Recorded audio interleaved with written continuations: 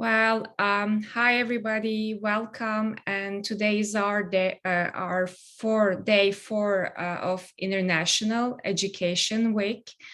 And thank you for being with us today. And we have today three special guests with us who will introduce us to their culture and language. So please, Cho, take it away. Thank you.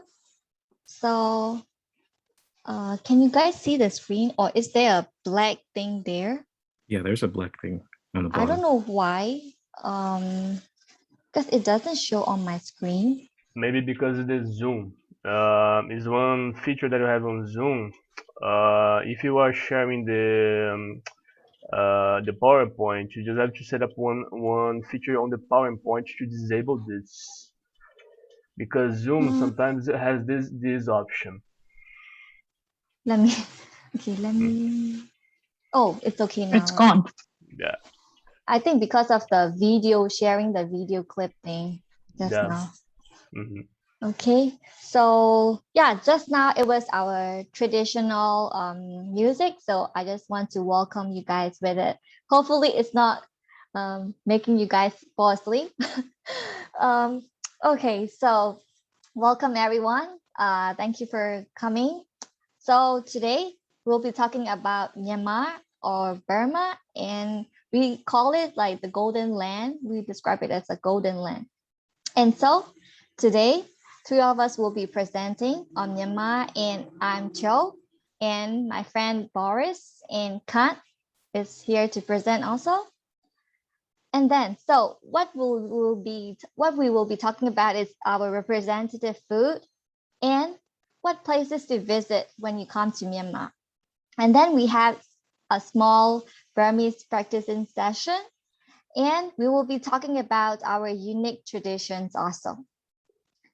So what are some interesting facts of Myanmar? So as you can see here, the flags is in yellow, green, and red, and the big star in the middle.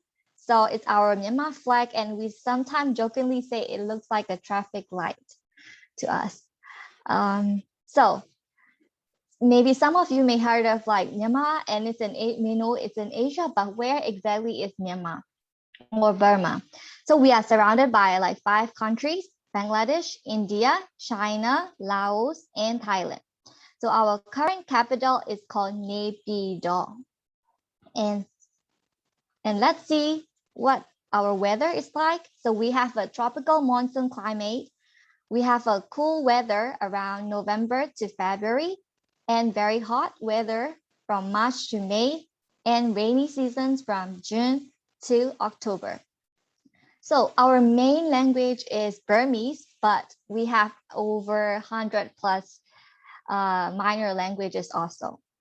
Because we have very diverse ethnic groups, so we have 8 main ethnic groups, but we have around like 135 minor ethnic groups. So we are very diverse country, and so we have 4 major religions, which I will talk about in a bit. And so let's talk about the ethnic group first. So we have 8 main ethnic groups, and here you can see on our map where they are located mainly. So in yellow or orange, orange color, it's Burma, which is the majority of our population. And the light brown is the Chin people. And then the green is Shan. And you can see some minority like Wa, Palang, those are around the Shan area. And you can see at the top where near China, there are some Chinese living near the border. So people around here can, sometimes they only know how to speak Chinese. And Shan also, like there are many Chinese people living there, and also near Mandalay. So there are Chinese Burmese like me. I'm also a Chinese Burmese because my grandfather father is from China. So yeah, so we are all mixed. And then in red area, you can see Karen, which is one of the main ethnic groups, and then Mon in light blue. And you can see around at the lower part, here is the Thailand area and Thailand-Myanmar border. And so you can see some Thai living here also. So you will see some people there can speak Thai language. So let's move on to this picture. So you can see some traditional costumes. So this picture includes 8 main ethnic groups and 2 minor ethnic groups. So first of all is Chin, and then Burma, which makes up about 68% of our population, and Arakan, which is also Rakhine, is 35%, and Aka is one of the minor ethnic group, and Karen, which is 70% of our population, and Kachin, and then Shan, which is the second largest population, 9.1%, and Rohingya is one of the minor ethnic group, and Mon, you can see here is 2% of our population, and Kayap. So we have very diverse religions. We have majority, 87.8% is Theravada Buddhism, and we have 6.2% Christianity, and 4.3% Islam, and we also have Hindu, which is 0.5% is red here, and other 1.1%.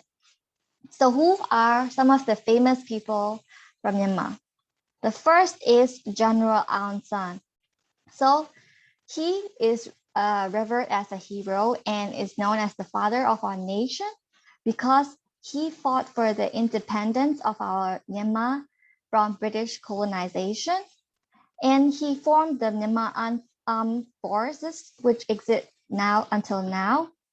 And but sadly, he was assassinated right a few months before we get independence. So you may be familiar with the 2 words Aung San, which I will talk about it later. The second is U Thant. So we Myanmar people are very proud of him because he was the 3rd UN Secretary General. And he made the history by becoming the first non-Scandinavian UN Secretary General. So the third, I'm sure many of you have heard of her, Aung San Suu Kyi. So you can see the word Aung San here and Aung San in the first person's name. So they are father and daughter. And Aung San Suu Kyi, she is majority of Myanmar people regard her as a mother of the nation, and she fought for the democracy, and she has to go through over like 15 years of house arrest and be away from her husband and sons. And sadly, she is under arrest because of the military coup that happened since February 2021. And so what is Myanmar famous for?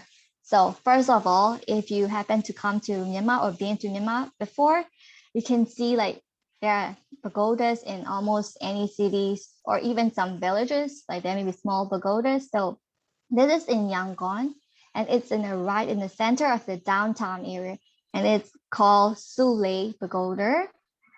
And you can see when you roam around the streets in Yangon or any other city, you may see the monks in a row. So usually this is when they go off in the early morning or before the noon to ask for donations of food for the day.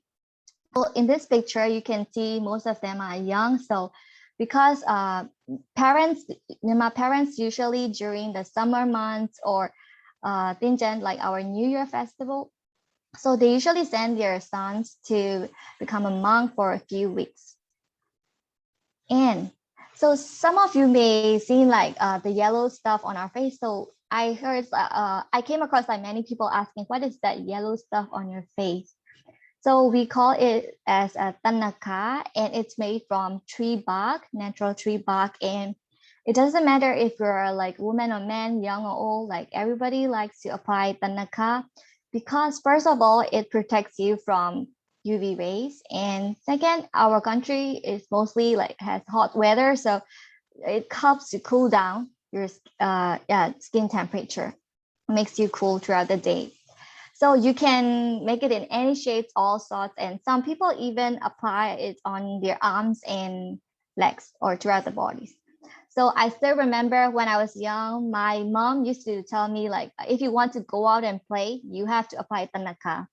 If not, you can't go out. So most of my childhood, like I always have tanaka on my face. And moving on, so what are we famous for? So we are famous for pearl and jade and ruby.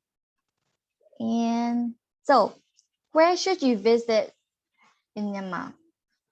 First of all, you will arrive in Yangon, where Yangon International Airport is, and you must visit this pagoda, which is one of our most sacred place in Myanmar, and it's called Sri Dagong Pagoda. I'm sure some of you may have heard of it. And this pagoda is covered in real gold plates, and at the very top, there are some diamonds and other jewels, such as rubies and jades, like embedded there. And when you go there, you have to be wary of your attire, no shorts or sleeveless tops. But you can borrow our traditional clothes to cover yourself up there. And then you may see that there are many Burmese like throughout the all over the pagoda, because we usually visit throughout the year. And then if you roam around the Yangon Street, you may see some old colonial like buildings still exist now until nowadays. So these are some of the colonial buildings. And so we are also known for our street food, especially if you go to a Chinatown area, like the whole street is filled with street food vendors. And then here you can see it's a pork skewer, and it's boiled in brown gravy, light brown gravy. And you can find all parts of pigs here. It's like pig's blood, pig's stomach, large intestine, small intestine. And I used to eat a lot when I was young, and I usually like to eat the tongue part. So yeah, if you come to Myanmar, you should try it out. And you can sometimes dip it in the sauce that they give, so it really tastes good. Next, let's move to the lower area. So here it's near the Thailand, and it's called Make the Way. And you can see beautiful island here. And in the big picture, it's like here, it's around this area, Make Archipelago. And if you love water activities such as like snorkeling, diving, you should definitely visit that. It's very pretty. And you can even have a seafood like feast. A few years back, I went there with my mother, and the seafood really tasted like good and fresh, and it's very chewy. The taste is very sweet also, so it's very different from the rest of the country. Like, so you should definitely try out the seafood there if you happen to go there. And it is also famous for pearl farming, so you can experience it there also. Moving on, so we are here at the blue area. So Inle Lake is one of the famous tourist place also, because it's really pretty in real life. And you can see the people fishing and rowing their boat with their legs. And you can catch a beautiful sunset there if you're lucky. And you can see the floating houses. So you will be traveling around that area with a small boat. And you can go to, there's a monastery there, and you can even play with the cats there. So that monastery is famous for having cats, and you can play with them. And you can also visit some restaurants, floating restaurants there, and some shops that you can buy traditional clothes. So yeah, you can buy there. And so the next is called Down G, and so the name Down is mountain and G is big. So basically it's called Big Mountain. So you can see it's surrounded by huge mountains, and it's really a pretty city. So you should definitely visit there. So this area has cool weather. So my family likes to visit there. So we even visit like for several years like straight. And let's move to this brown area. Bagan, I'm sure like some of you have heard of it before. So Bagan is famous for having these like over hundreds of like these brick pagodas, and it is also famous for having a beautiful sunset. So if you are lucky, you can get on top of one of the pagoda, and yeah, over 2,000 pagodas. So you can see literally everywhere throughout Bagan, like you can see the brick pagodas. And yeah, you can catch the beautiful sunset there, and you may have a chance to ride the hot air balloons. It used to be around 200 USD, if I'm not wrong, but now the price may change. So you can definitely check it out. And here you can see beside Bagan, there is Mount Popa. So this mountain, people usually go there to pray, like there's a monastery there. And this Mount Popa is also famous for having wild monkeys. So if you go there, just be careful of your belongings, especially food. Yeah, so moving on. So this area near Tachi Lake is, so it's famous for the Golden Triangle area. And it's because the Golden Triangle come from like, there's a Myanmar, Laos, and Thailand connected. And it's only separated by a river called Mekong River, here shown in blue. So you can see how they are separated by the river. And you can even see some like mountainous area around there, and it's really pretty. So let's move on to the very top of Myanmar. And so Myanmar here is border with India.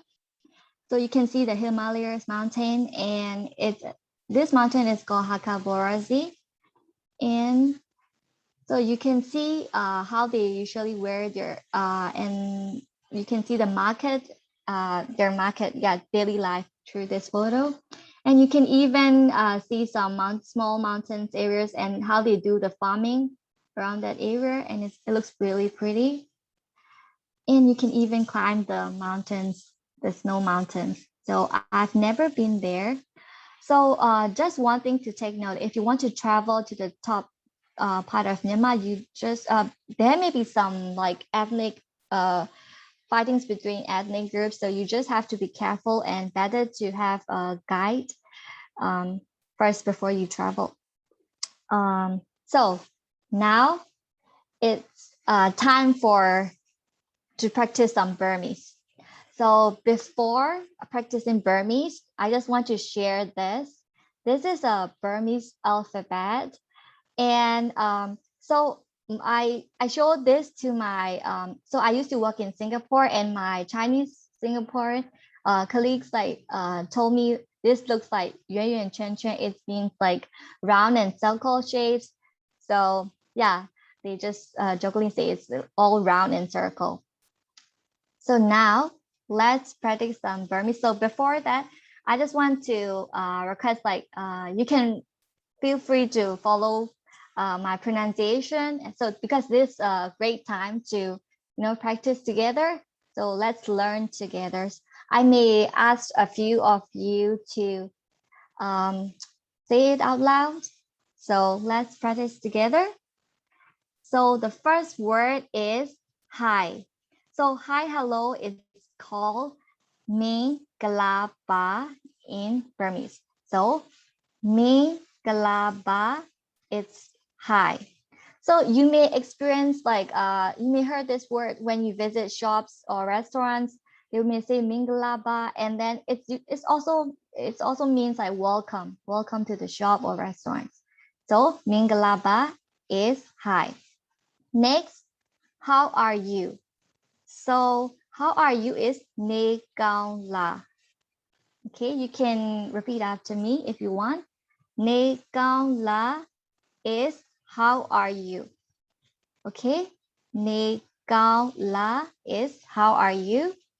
So moving on to the third word is thank you. So Jesu means thank. And so Jesu Dimbade it means thank you. It seems a bit long in our language. So thank you.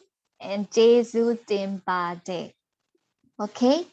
And so now it's time to learn like about the name. So what's your name? If you want to ask, if you met a Burmese friend and wants to show off your Burmese language, now it's time to learn. So what's your name? Okay.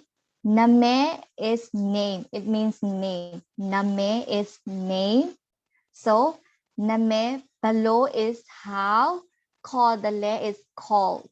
So it's like name is name. So name below kodale. It means what's your name.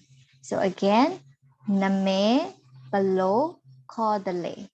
Okay, that's what's your name. So what's your name is name below kodale. So now it's time to answer. So my name is means we have a different phrase for male and female. So for male is jano, female is jama.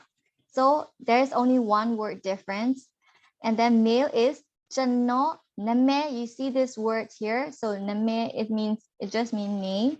So jano name Boris ba or jano name kan ba. And then for female, so I would say Jama name choba. Okay, Jama name choba. That's what my name is. So now I need one of you wants to volunteer to practice just one phrase? Anyone? I can do. Okay, do you want to try any phrase? Yeah, the first one, because it sounds easier. Okay. Migalaba. Wow, that's great. Yeah, Mingalapa. That's great. Yeah, that's almost perfect. Okay, thank you. Anyone else? Because I can help you to listen if your pronunciation is correct. Anyone? Or if not, I might call out your name. Okay, so Malek, are you okay to volunteer? Speak? Or anyone else? I'll do it. I'll do one. Oh, okay, sure. Hi. Okay. So this one always tricks me. It's my name is right. So KYA is Cha, right? It's like Cha. Okay. So I would say Chamaname Silvana Ba. Wow, perfect. Wow, next time when you meet Burmese friends, like, oh, what's your name? Jama Name Silvanava. Yeah, it's really great. Yeah, cool. Thank you. You can show off like that. So I'm gonna show off for sure. Okay, yeah, it's great. So thank you. Oh, thank you for trying, Dilek and Silvana.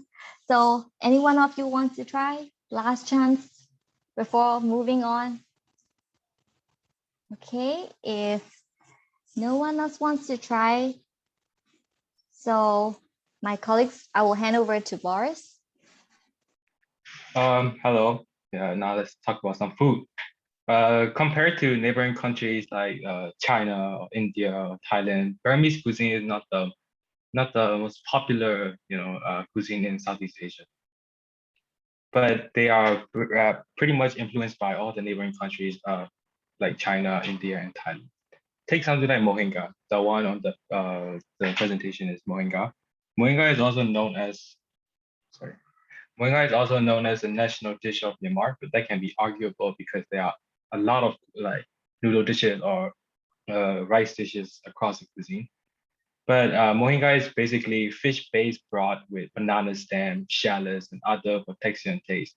It's then added with the noodles, the rice noodles, and then hard-boiled egg, lime wedges, chili, according to your preference for customizable garnishes. The reason why I put an arrow there is because Myanmar is made out of 135 different ethnic groups. And that is what defines Burmese cuisine for me. It's a fusion of different culture and ingredients from different parts of the world using different influences they have. So this type of moringa, there are generally two types of moringa. And this type of moringa is the most popular one. It is originated in the lower middle part of Myanmar, which is around Yangon and Bago region. And you're possibly gonna eat this type of moringa because it's the most. If you ever find moringa anywhere, then this is probably gonna be the type. The next one, please. The next one we have is from the Rakhine region, and it is called Rakhine moringa. That's the name. Rakhine is very close to the sea, as you can see. So it's basically seafood-based broth, and there are less garnishes, and it's a lot spicier because Rakhine people eat a lot of spicy food. Next, please, thank you. There are other variations you can find with this type of dish, but moringa is one of the most popular ones. And there are quite a lot more noodle dishes across the cuisine, but here are some of the most popular ones. And the arrows are just to show you the place of origin and where they're most popular at. But you can generally find most of these noodles anywhere across Myanmar. The first one is Ono Khao Sue. Ono Khao Sue, that is translated to coconut noodles. So the broth is basically coconut milk and meat broth. There is also egg noodles garnished with cilantro, lime wedges, and chilies, and prawn in this case. Next, please. Thank you. The next one we have is called Mo Di Do. This is one of my favorite noodle dishes, and I've not eaten it since I got to the States, so it's okay. And it is basically thick rice noodles covered in sauce of like chicken curry, specially made curry, chilies, cilantro, egg, and lime wedges, basically. And it is also originated in the Mandalay division. This is actually a street food, and it became like a mainstream breakfast noodle dishes. Oh yeah, most of the noodle dishes are considered as the breakfast dishes, but you can eat them anyway because it's delicious. Thank you. Next one is called shan noodles, and shan noodles are a comforting bowl of noodles for most Burmese people. I eat them for breakfast almost or like every week, and they're basically chicken or pork meat of your choice cooked in tomatoes and then mixed with noodles and garnished with some scallions or the spring onions. Yeah. Next, please. Next is something called Si Jia Kao Sui, that is basically garlic oil noodle. It's very easy to make. You might be able to make it at home. I tried it the other day and then I burnt the oil, so it didn't taste really good. But you might have a better chance of it. It is later topped with cooked chicken. There are some pickles and yeah, it's all mixed together. It's really good. And it's just a comforting bowl of noodle for anyone. We have a lot of noodle dishes, but rice is the carbo choice for Burmese people as Southeast Asia is mainly uses rice. And yeah, it was grown in this area, Ayeyarwady region. It's very famous for it. Due to its like sufficient water supply and the fertile land, it's very famous for plenty rice. Thank you. Yep, this is one of the farm in that area. So yeah, now let's talk about some rice. In a typical Burmese fashion, things are mostly for sharing. So the lunch dinner plate or the most of the diner table you have is gonna be probably filled with different meat curries, vegetable curries, or salads or stuff like that. So as I said, it was for sharing, and people would usually just take a little bit of everything onto their plate and enjoy everything. The one on the top right is a beef and potato curry. Beef and potato curry beef is not the most common meat of choice for Burmese people due to some cultural and superstitions, but yeah, it is there. And the other one is more popular, the pork and the caramelized onion. It's very delicious, and most of the curries are cooked in the similar way using different ingredients. So you can imagine that. Next, please. This is egg curry, but we don't use chicken egg. We mostly use duck egg, which is longer and hard to find here. And the other one we have is the chicken and potato curry. Well, I'm really getting hungry over this. Chicken and potato curry. It is very influenced by like Indian culture, but the use of spices are similar. But Burmese curries are a lot milder and full of flavor. I'm not saying they're better, but you know. The next,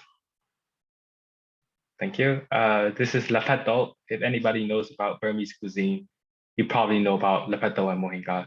Lepeto is basically pickled tea leaves garnished with different for texture and stuff like that with dry shrimps, peanuts, crunchy mix, sesame seeds, and crunchy garlics.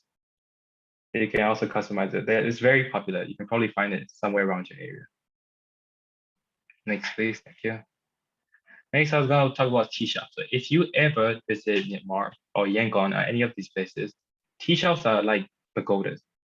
They're not the same value or everything, but I'm just saying they're very common. You can see them anywhere.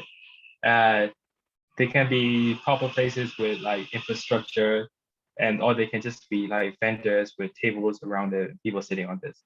People come here for morning chit chat, some come here for business, and it's just like a social greeting place for. It's a very comforting place also for most Burmese people. Next please. Burmese tea is also called lepeye. I would describe it as a stronger version of Taiwanese milk tea or chai. Oh yeah, it's very similar to chai, I would say. And different pastry snacks are also served with this tea, like youtiao, which is influenced by obviously Chinese culture, or we call that yi jia gui, and is served with condensed milk. Yeah. Other from the we have also influences from the Indian culture, like puri or paratha served with, or sweet tooth like sugar, or they can be served with different type of curries like chickpea curries or meat curries. We also have samosas over there, which are obviously very delicious. I realize that samosa here are very expensive, so that's not good news for me. Anyway, thank you. Next please. Oh, this one is one of my favorite breakfast dishes. I eat them for almost every day, but I have not gotten this since I got here, which I miss very much. It's basically chickpea fried rice, topped with an egg and some chili. Really wakes you up in the morning. Now we have some street food. As Cho said, street food is a big part of our culture. But here are some of the traditional food that I will show you today. This is called Mong Lim Ya, which is also known as husband and wife snack. It is basically cooked in this special pan, which I forgot to put the picture of again. And it is thinly layered rice batter with some quail eggs or chickpea. Yeah, chickpea. Next, please. Thank you. This is called Bay Mong, also known as poppy snack, which is very thick version of pancakes, Burmese pancakes. It's like a mix between pound cake and pancakes, which is very weird, but very tasty. It's a sweet snack. As the other one we have hie mong, which is thinly spreaded rice batter and topped with your choosing. It can be sweet. It can be something sweet like coconut and sugar, but it can be something savory also, like cabbage and egg, tomatoes and stuff like that. These are the more traditional styles, and you can find them easily at like wet markets, or you might, if you run into some kind of like a cultural festival, do try the food because they're very delicious, mostly. Next, please. So yeah, if you do want to try any of the dishes, the more famous dishes like mohinga or the tea leaf salad, you can just have a quick Google search, and there will probably be Burmese restaurants around your area. Or if you want something ready-made, surprisingly, you can find them on Amazon as well. Yeah, thank you. All right. I'm taking from here on. Starting with the Thinjan Water Festival, I'm going to talk about about 3 festivals that are famous in Burma and very fun to visit if you're there. Okay, let's start with the Thinjan Water Festival. I'm going to start with origin. It is originated from Hindu myth that is kind of like make it into a Buddhist version. so one day the king of Brahmas and the king of Devas, Indra, or Burmese call it the Jamin, make a bet. And whatever happened was the king of Brahmas lose the bet, and then he was decapitated per the rule. The thing is, his decapitated head cannot be thrown away anywhere, because since he is quite a powerful being, if it is thrown into the land will be scorched. If it is thrown into the water will dry up. If it is thrown into the air, the sky will not rain for 7 or 70 years. So what happened was Indra ordered the Princess Devas to carry the head and change hands like once per year, and that's how the Tenjen originated. And the word Tenjen, it means transit. It means like changing. So we celebrate it as a changing of the years once a year throughout the Southeast Asia. Also Thailand and Laos have this type of like celebrations too. Next. So Tenjen is mainly celebrated from April 13 to 16, but it can go up to April 17, depending on the year. So I'll explain day by day. The first day, Burmese call it a Jo Day or Tenjen Eve. It's the day where people go to monasteries, offering food and clothes, cleaning Buddha statues with the scented water, or it can be unscented water too. Just doing regular good deeds. This day, although it's unofficial, kids might start throwing water and play with each other. Second day, Burmese call it a Jat Day. It is when the Indra descent. I'll use the Indra name just for the easier reference. Indra all descend from the heaven, and Brahmas read prophecy of the country. According, if you can see to the top right on the slide, that's the Jamin or Indra ascending from heaven to mortal realms, riding a snake and holding the spear. And Brahmas will read the prophecy of the country, looking at the what kind of animal and what kind of objects that he is riding and holding. It's like reading the tarot and then reading the prophecy for the country. And Burmese people will greet him with the flower pots. We call it the Bie-O, which is literally translated to the Bie ports. And those you will see all kind of those ports in front of the houses that are meant to greet the Indra. And this is also the day where the water throwing officially started very heavily. Like everybody's like throwing water, like going crazy all over the country. Third day is a Jet Day. It's usually does not exist. It is like a made up day by the kids.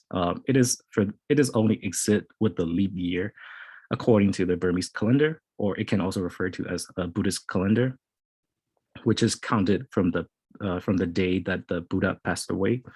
And this is also where the water throwing and then the celebrations continue. And the fourth day, we call it a That Day, which literally means like ascending back. So this is the last day of the water throwing. Most of the country, I mean, like most part of the Burma. This is the last day of water throwing. Indra, yes, he's like Zeus. He's equivalent to Zeus, Indra, Thor, god of lightning. They all held the same kind of like weapon. He ascended back to heaven. And the fifth day, we call it Nisan Dayat. This is the day that people do the good deeds and then the literal New Year resolutions for the upcoming years. Good deeds also includes very special practice is people will visit elders, including elders from the old age homes, retirement homes, hospitals, elders that are in need, and people will visit all of them, offering them food, clothing, washing their hairs, cutting the nails. Can you go to the next? This is the portraits. This is the photos that that happens every single year. Young people will go around all the retirement homes, hospitals. They will offer foods, all sort of stuff. This is a very special practice for the Burmese to do every New Year. Next. So things to know about Tenjen. It went back to as early as Bagan Empire age. It is like right after the Khmer Empire.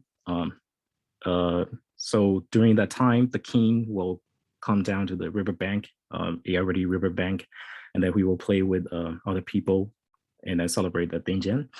And also during this time, people built makeshift tents and temporary water stages all over the country. Like the whole country literally built all of them, offering free foods, drinks, playing with waters, playing music, dancing, all of those fun stuff. And in the evening, people stop throwing water, and then the trucks decorated with the silver goose. It can be so many things. It's like the festival in Brazil, something like that. But like people with those decorated trucks, they will be singing the Dingjian music, dancing all around carnivals. Yes, carnivals. Yeah, it's very similar to that. They will be singing, dancing all around the towns, going around and around. It's just fun to watch. Also, one side note, Badao or Burma Badao, it's a flower that only blooms during the April. It is a very symbolic flower of Myanmar New Year. Next. So on the left photos, where you can see how crowded it is every year, like all sort of people can participate and enjoy the festivals. You can be white, you can be black, whatever you are. People do not discriminate based on your race or colors. People can enjoy the festivals wherever you are during the Dingjian.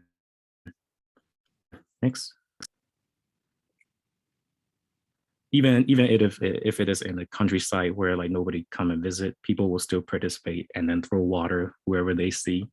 It's just for cleansing your dirt from the last year, to cleanse your spirit and everything, to start a new fresh year. Next. These are the water stages that I'm talking about. There will be water hosts all over the stages. There will be singers, very famous celebrities from stage to stage. People will be visiting, dancing with the trucks. You can see like how people modify their trucks just for this period to enjoy the Dingjian. Next. This is the dancers that I'm talking about.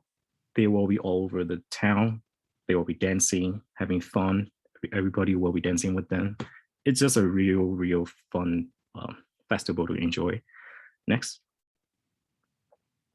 All right, I'm gonna talk about Dingjian, the foods that we eat during Dingjian, starting off with Mok Long Yebo, which literally means the floating rice snacks. It's not balls, but like to make it easier descriptions, I write it as a floating rice balls.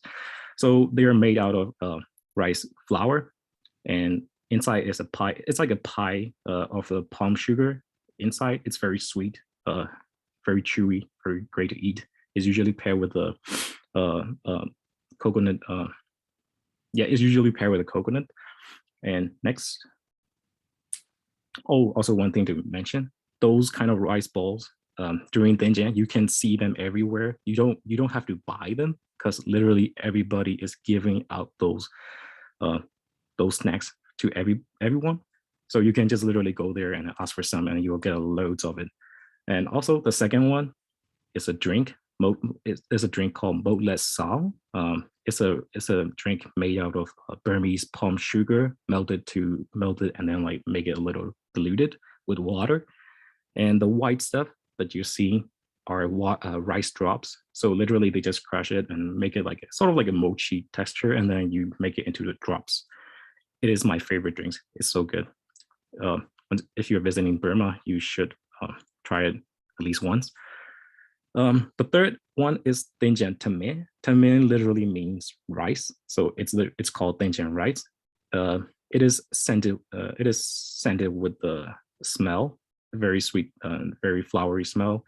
It is also topped with water. So I know it's a little weird, but it is good to eat. It is also paired with the green mango salad. So those are literally green mango salad, like making it into salad. Very popular in Myanmar and Thailand.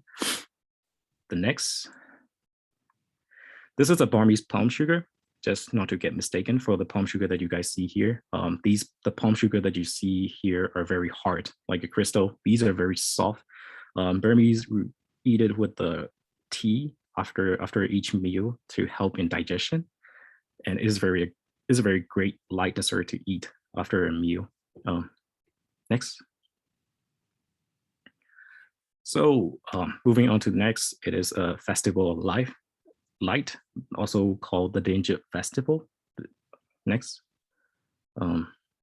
So originally the Danger Festival, the story is, it is natural for all of the Buddha's mother to pass away after 7 days after giving the birth to Buddha. It's for every Buddha, like also like for the Buddhism, Theravada Buddhism, there is not only one Buddha, there is like millions of Buddha or billions of Buddha that came before this Buddha. So for this one, for our period, the Buddha's mother, Maya, she passed away after 7 days giving birth to Buddha. She reincarnated as a male diva in heaven, and Buddha ascended to heaven during the Buddhist Sabbath for 3 months and preached Abhidhamma, which is the essence of Buddhism, to show the gratitude to his mother, to let her achieve the enlightenment in her life. And he ascended back to mortal ring, usually human realms, during the Danger month. And people will light up the streets, homes, monasteries, releases the lanterns to greet Buddha coming back to the human realm. And the festival is officially 3 days: a day before full moon days, full moon day, and then the day after full moon day. But usually people celebrate it for like 10 days throughout the week. During the festivals, there will be a long lines of food stalls, shops selling toys, kitchen utensils, clothes, and many other stuff. It's like people usually don't buy a lot of stuff, but they just go around and go for a sightseeing. It's very fun to be there. I enjoy it a lot during those festivals. Also, you will see a lot of Burmese musical plays, like the one we are playing at the start of this presentations. You will literally see all of so many of those musical plays and movie shows, stage shows, fun rides. Merry-go-rounds in Burma are very wild. They are very fast, not like here, very slow.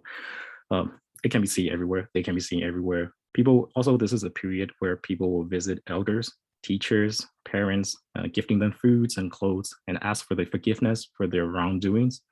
Also, Burmese culture, it is very oriented to the family and then the elders. So it is normal for young peoples to ask for forgiveness for their wrongdoings, whether it is intentional or unintentional. The food on the top, it's called gao nian chadao. Literally, like it's called sticky rice leg, like the literal human legs. It is made out of like sticky rice, cook in the bamboo how do you call it, bamboo poles, and then you like spread it out. When it's time to eat, you can enjoy it with the sugar, or you can enjoy it with the sesame oil. It's up to you. The picture on the below, it's the husband and wife snack being made.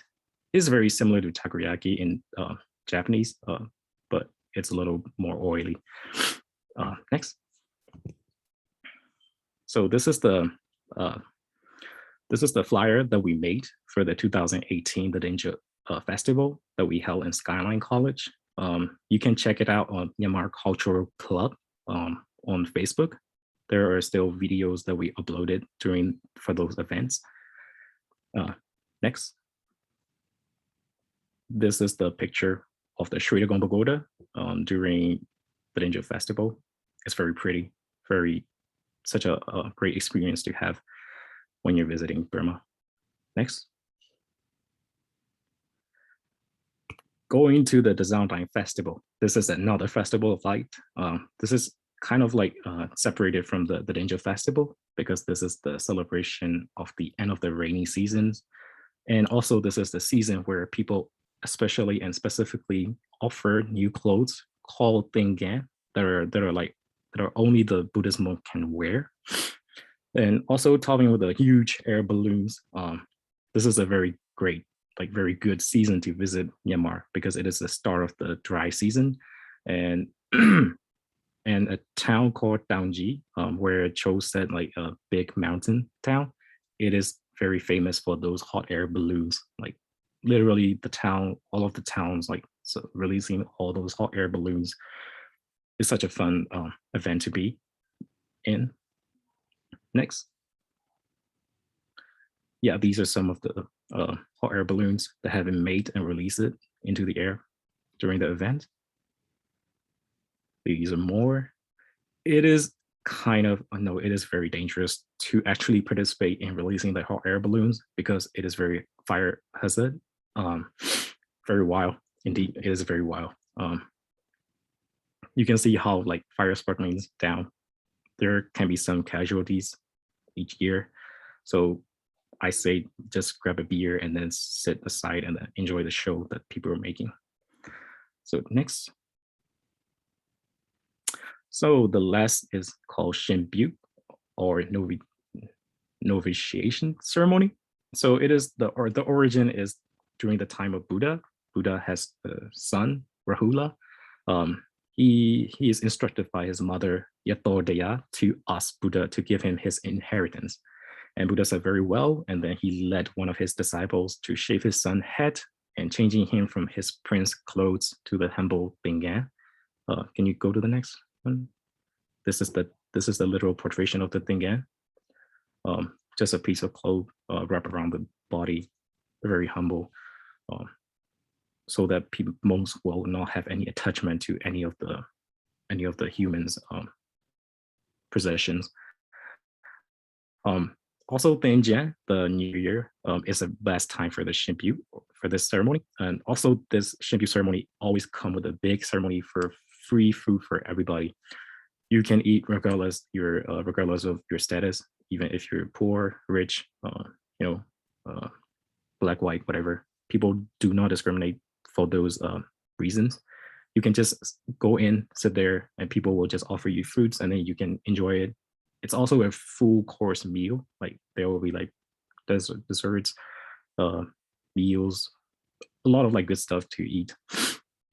Also, after the ceremony, the novice will stay at the monastery, starting from at least 3 days. It can go up to weeks or even months, or some even they don't even like came out back into humans. They just stay as monks and then go up to the higher levels. Next. So what happened was, taking from the origin of the history, this is the depiction of the prince clothes from the Burmese side. So what they do is, can you go to the next? So they will go around riding the elephants, wearing like the prince and princesses going around. And once they get to the monastery, they will take off those clothes. They will shave their heads down. And then the monks will offer them the Bingan, the robe that only the monks can wear, and then they will become the monks. It's like the depiction of the process that the Rahula, the Buddha's son, go through. This is also a very proud moment for the Buddhist Burmese parents. Also, those elephants, it can be ranged according to the social status. Some people who cannot afford, they will just literally put their children on their shoulder and go around the town, go to the pagoda, and then go to the monasteries. And someone who can afford, they will hire the horses, and some who are rich, they will go with the elephants. From my process, from my novitiation ceremony, I hated that. I didn't know the history back then. I really hated to show off like that, going around the town. So I just literally go straight up to the monastery and then shave my head down and then stay there for a week. It is a very, very great experience to have. Very friendly people. So all in all, it is a great country with a very beautiful beaches, very great food, even though they are not famous, like Thai foods. You definitely should try those foods. And a lot of free food too throughout the years. So when you're visiting, you don't really have to worry about food.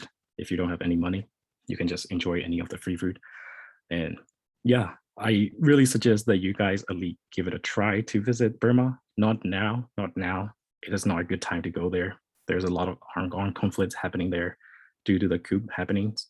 It is a very bad time. So not now. But after a few years, hopefully, I hope you guys can go there and enjoy. And this is the end of our presentation. Thank you for listening, guys.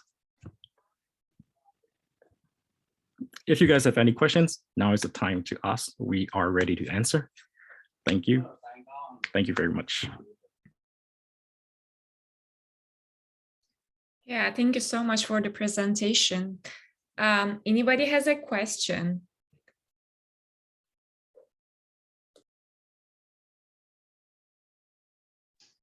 I'll ask my usual question before Dilek steals my question.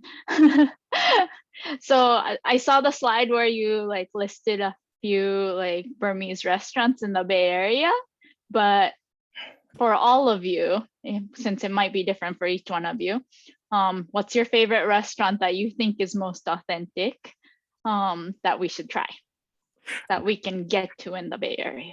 From my opinion, I don't recommend any because I don't feel anything is authentic. Yeah, it's never gonna be like as good as and never it's never Yeah. gonna be like the real Burmese food because of the ingredients, I believe. Mainly, they just don't taste authentic to us, truthfully. But you can at least a little close. There's one near the BART station, Daly City BART station, but I think it's closed down, sadly. But do give them a try. It might be like a little about you guys? introduction. I've personally never tried them. That's why. Yeah, I've tried a couple. It just never get to the piece. But if you want to know like something that is close to the authentic, it just everything just like kind of come close to it, but it just never reach the point that it is authentic. Yeah. And who's the best chef in this group so that I could ask that person to make the most authentic possible? Burmese food. I can cook a lot of curries. The chicken, the beef, the pork. I don't know how to do the noodle dishes. They are quite difficult to do for me. It's like time consuming as well. So yeah, it's some very people- time consuming as well. It is very time Yeah, consuming. it takes like 2 days sometimes. Yeah, you have like a lot of preparation to be done. So Yeah, a lot. even in Burma, we never bother to do it at home. We just go out and eat. And Yeah. it still tastes good. Yeah, Awesome. also- Thank you. Cho Mhm. being silent. I don't know. You never cook, Cho? I mean, before, yeah, I never cooked before, but after coming here, I tried out some chicken curry, but the chickens here are like very big size. So it takes a long time for them to boil, you know. I tried to cook like, I think few days ago, and it was a tiring process. Yeah, that's why. Yeah, you gotta at least like boil them in a low heat for at least like 2-3 hours to reach the actual softness that we usually cook in Burma. So I missed that. So it's like a very tedious process and it takes a long time. You gotta be patient when you're cooking. I can give you guys recipe if you guys want. You can contact me. I can drop my email. Done. I know how to find all of you. Oh my god. Remish is a great cook, so yeah. But yeah, but one thing about the restaurants, they have like very great desserts, like sweet stuff. So they're quite authentic, but not all.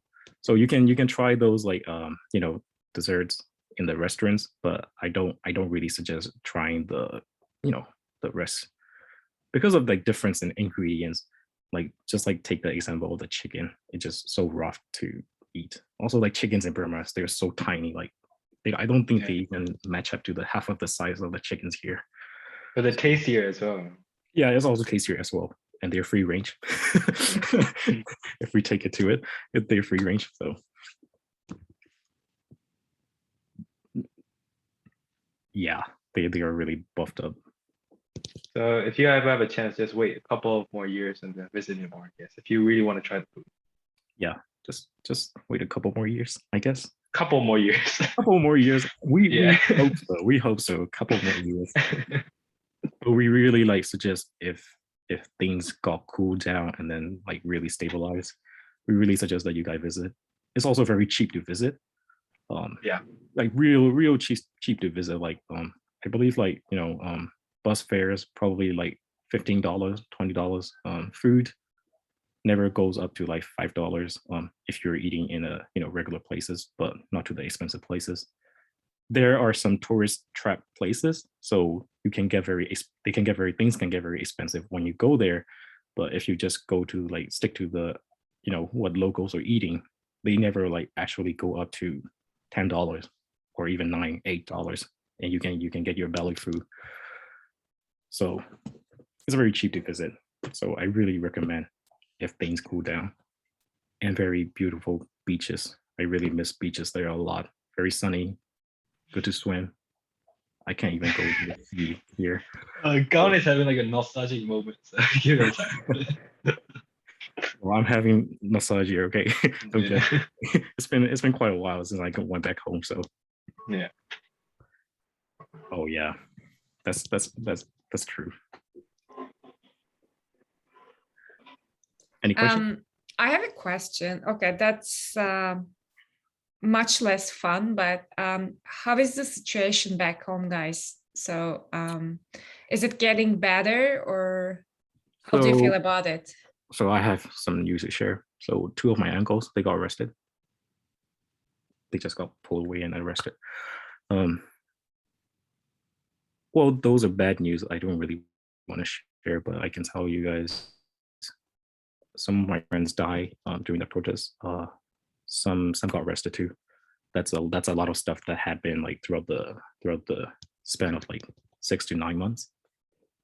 Very bad. Yeah. You say nothing is like really stable out there. I think it's getting worse because the latest news I have is like the war, like the civil war. It's like the NUG, which our government, the one we believe, the democratic government, is like leading the war, like and then like planning to start like real civil war, like the real fight. Previously was like the just people defense forces like fighting against the people defense forces fighting against the military and soldiers and police. But now the government is leading. Like that's what I know so far, the latest one.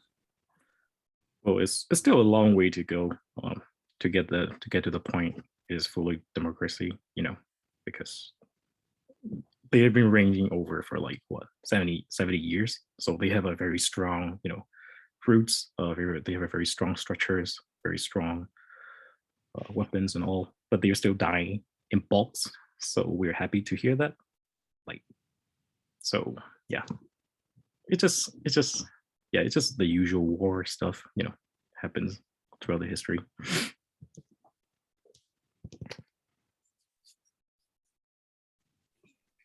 I saw there are some other Burmese that you guys, if you guys want to like talk and share about those stuff, you guys can too. I mean, it's not limited to just to us talking about that stuff since we're all in the same situation. So feel free to share. Yeah, Thomas, you're in Burma now. You're there now, right? I don't know if you heard me, Thomas. I just got Thomas. I got the brother. Oh, hi, sorry.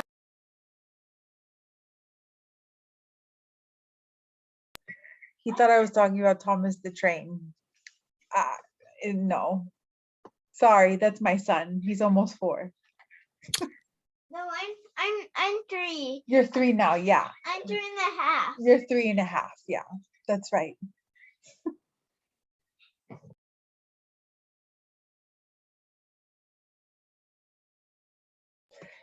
Well, it doesn't seem fair that that's happening in Myanmar. It's just not fair. All of us, I always think about our students who I've met over the years and just how wonderful and peaceful and committed and goal driven and just so positive, always positive. And to hear that there's this turmoil happening in your country, it blows my mind. It makes me sad for for our students, for your families. You're so far from them. And it's, you know, I can't imagine what it's like. I grew up here, so we didn't, in my lifetime, we didn't have it. The worst we had was 9/11. And that really affected those in New York. They're the ones who were really affected by it. We saw it on TV and it was, I mean, it was traumatizing, but I mean, this is happening to your friends, like your, On my okay. iPad. Oh, okay. So anyhow, I wish that, of course, nobody wishes for war. I just hope it's resolved sooner than later, because just honestly meeting our students, our Burmese students, it just makes me so sad, because you all are so lovely. Me too. I'm lovely. You're lovely too. Okay, he thinks he's lovely too. I'm talking about our students, Kai. I'm making nice students.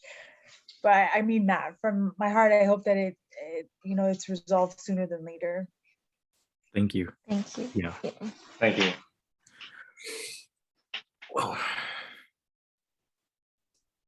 Well, if you don't have any other questions, maybe we can end the session. Guys, you want to tell anything else? Boris, Cho, Kong, do you want to share anything else with us, or? I got Nothing. it. Yeah. Oh, you got Oh, it? we talk a lot of stuff. Yeah, So, a lot like, of you know, stuff. and I know there's a lot to take in. Like, there's a lot of information, and I put a lot of like words, paragraphs. So I think it might be a lot to take in. So I'll just let you Yeah. guys settle in with that. It was great. Thank you so much. It was excellent. Excellent. Thank you. Thank Yeah. you. Thank you, guys. Thank you for sharing all those information about your country and culture and language. That was like super informative. And yeah, thank you. Really glad to share. Hope to see you on campus sometime soon. Oh, Yeah, hopefully. Come visit us. Come visit Yeah. us. yeah. Okay. Where's All your? right. Where are you guys like offices? Oh, What building building is it? 10. 10? Building 10, third floor. Third We're in floor. one of the corners. If you go straight from the stairs, you can go just straight. And we're there. Our office is open 10 to 2, Monday through Wednesday. Okay. Because Yeah. I work at ITS in Skyline, so Oh, cool. I come to CSM ITS from time to time, so I can drop up and come and visit you guys if I'm. For sure. Yes. Yeah. Okay. Anytime. We're there Monday through Wednesday, 10 to 2, building 10, third floor. For sure. Okay. Anytime. All right. Okay. You're more than welcome. Yep. Thank you. And Silvana, for tomorrow, like, would you like to make an announcement before we finish? Sure. Yeah. Tomorrow is going to be great. So we have Dr. Frederick Gaines. He's our ethnic studies chair and also one of our professors. He will be presenting on West Africa and its influence on civilizations. So there's going to be, it's a bit of a history lesson, but also talking about how influential the people of West Africa were to what we are now, you know, and you know, things that you might not know, you'll learn. I know I'm gonna learn. I'm so excited for it. It's tomorrow from 3 to 4. Same Zoom link. So we made it really easy. Just log on to the same Zoom link from 3 to 4. It's Dr. Frederick Gaines. Please don't miss it. Tell everybody. It's going to be great. That's our final event for the week too. I can't believe it. It went by really fast. Well, thank you, everybody, and see you tomorrow, hopefully. Yes. And take care. Is it the same time? 3 to 4. 3 to 4. Okay. If you can, yeah, that would be great. Tell everybody, tell all your friends, family. It's going to be he's so fun to listen to also. He's one of the professors, so he's also chair. So he's a natural, super informative. Has such charisma. It's going to be a great session. Great. Hope to see you guys tomorrow. Yes, I hope so.